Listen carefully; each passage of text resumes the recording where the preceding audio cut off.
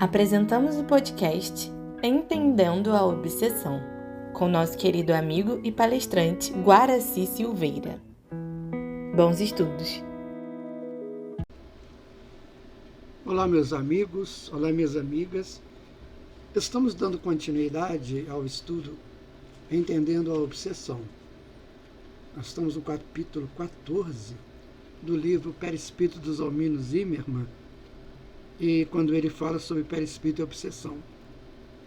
Então ele diz o seguinte, olha, a infecção causada por germes psíquicos, micro-organismos de natureza mental, o que é isso?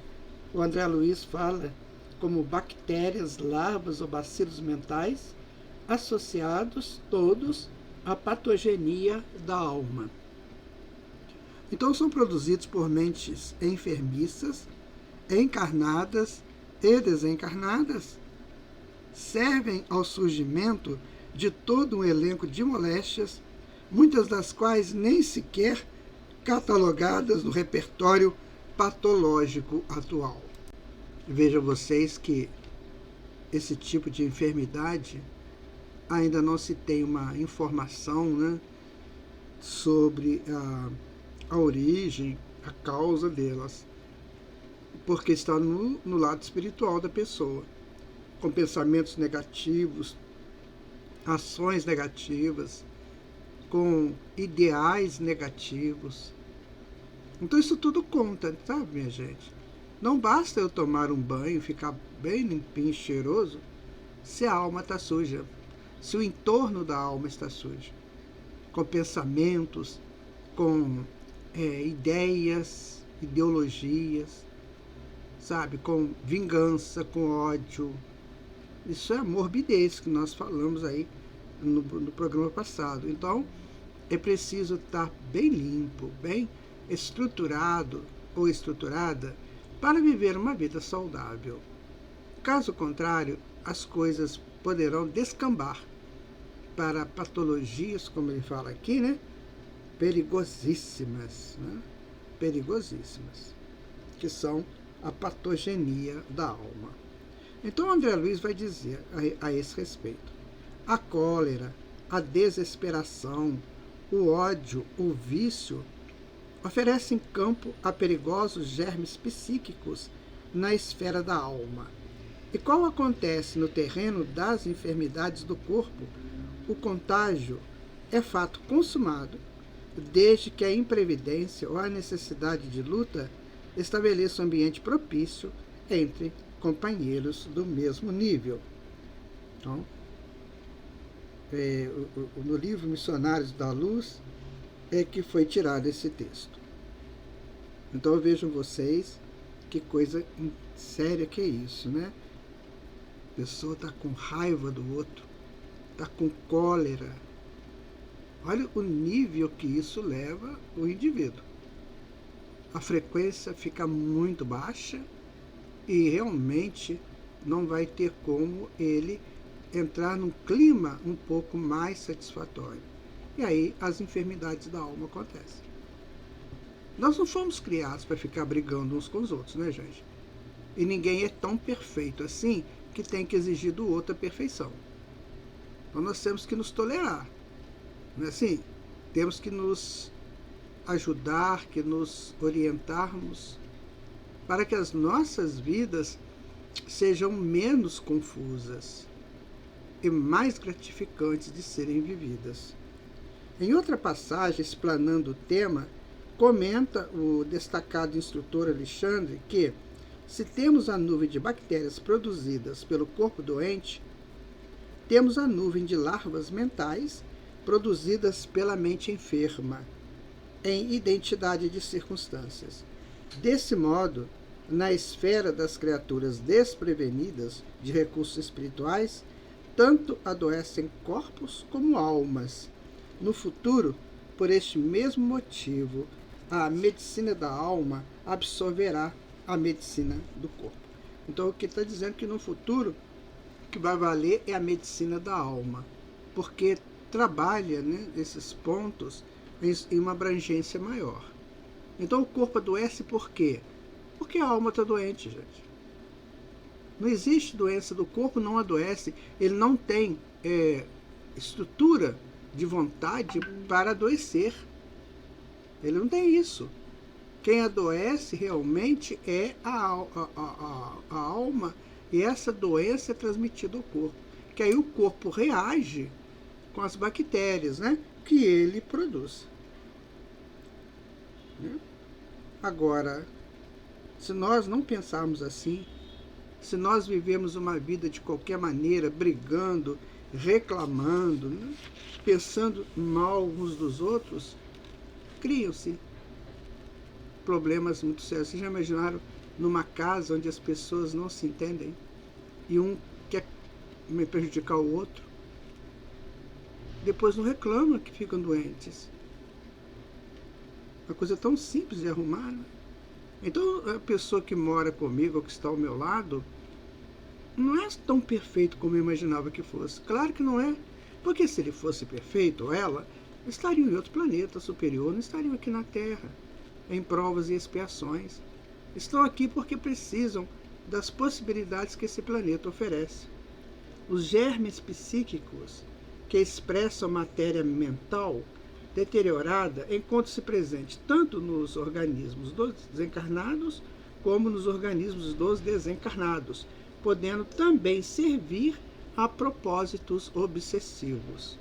Assim, espíritos em lastimável desequilíbrio com as funções perispirituais em desarmonia, devido à ação deletéria desses germes, podem espontaneamente atuar junto aos encarnados, atraídos por ódio ou simpatia, ou ser conduzidos para perto de encarnados invigilantes que lhes correspondam à condição, ensejando por contágio o surgimento de enfermidades diversas ou agravando as já existentes em processo, que pode levar a situações irreversíveis se não houver intervenção espiritual segura. Então, tem pessoas que ficam reclamando de obsessor. Ah, porque o obsessor faz isso comigo, o obsessor é isso. Mas, olha, a pessoa deu campo, né? Deu chance. Vamos entender isso. Nós somos espíritos muito ainda iniciantes na lida com a razão, com a consciência. Os nossos pensamentos ainda são muito diversos, a gente não os tem de uma forma ordenada, eles flutuam na nossa mente, você observa isso. Na mesma hora que você está pensando uma coisa, você está pensando outra. A gente não tem uma linha de pensamento formalizada que nos garanta uma emanação fluídica superior. Então, a gente pensa o tempo todo. Qualquer coisinha gera um pensamento. Se eu olho uma pessoa, gera um pensamento. Se eu olho uma situação, gera. Se eu olho um objeto, gera um pensamento. Então, eu fico flutuando no meio desses pensamentos. E saber que cada pensamento desse tem uma frequência. Então, olha como é que nós ficamos. À mercê dessas frequências. A espiritualidade tem nos informado sobre isso há muito tempo. Cuidemos dos nossos pensamentos, para que nós não venhamos a atrair situações perigosas para nós no campo da doença.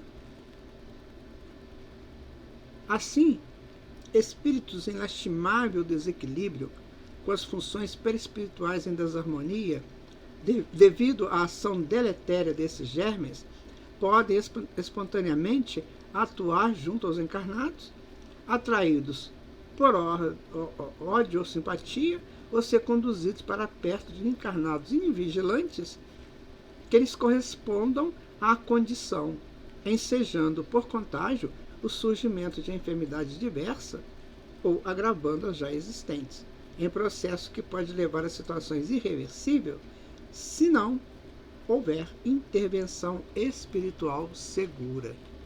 Então, nós entendemos aqui que o tempo todo os espíritos estão nos ajudando. Estão nos ajudando a diluir essas frequências deletérias. E a gente, às vezes, nós reclamamos que eles não nos ajudam.